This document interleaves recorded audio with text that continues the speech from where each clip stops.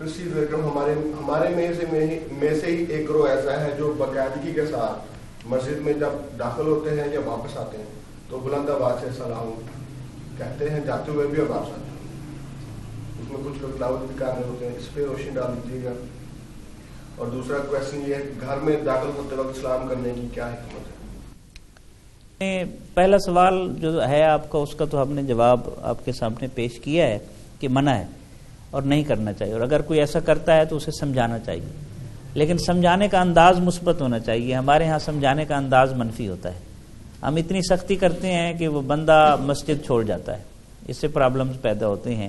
دیکھیں، جو آدمی مسجد نہیں آ رہا وہ مریض ہے نا. گناہ بھی تو ایک مرض ہے نا. جس طرح جسم کو مرض لاحق ہوتا ہے، اسی طرح روح کو بھی مرض لاحق ہوتا ہے.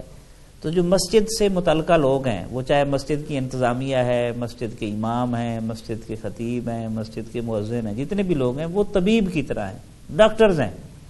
ایک آدمی مصلی پر کھڑا ہے وہ طبیب ہے، ممبر پر کھڑا ہے وہ طبیب ہے، اور جو آنے والے ہیں سارے کے سارے جو انتظام کر رہے ہیں وہ انتظامیہ ہے، وہ ان کو فیسیلیٹیٹ کر رہے ہیں.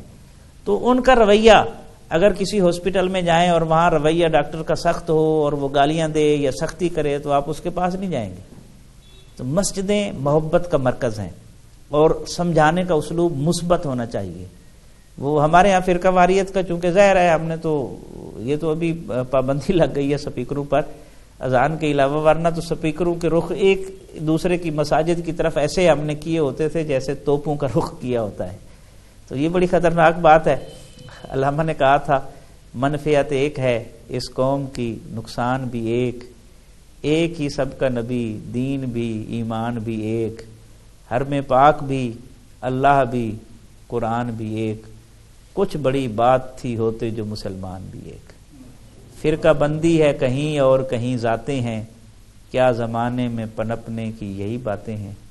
تو یہ ہمیں منع کرنا چاہیے، لیکن اس کا اسلوب جو ہے وہ تھوڑا سا نرم ہونا چاہیے تاکہ بندہ متاثر نہ ہو. اور دوسرا پہلو جو ہے، گھر میں سلام کرنے کی کیا حکمت ہے.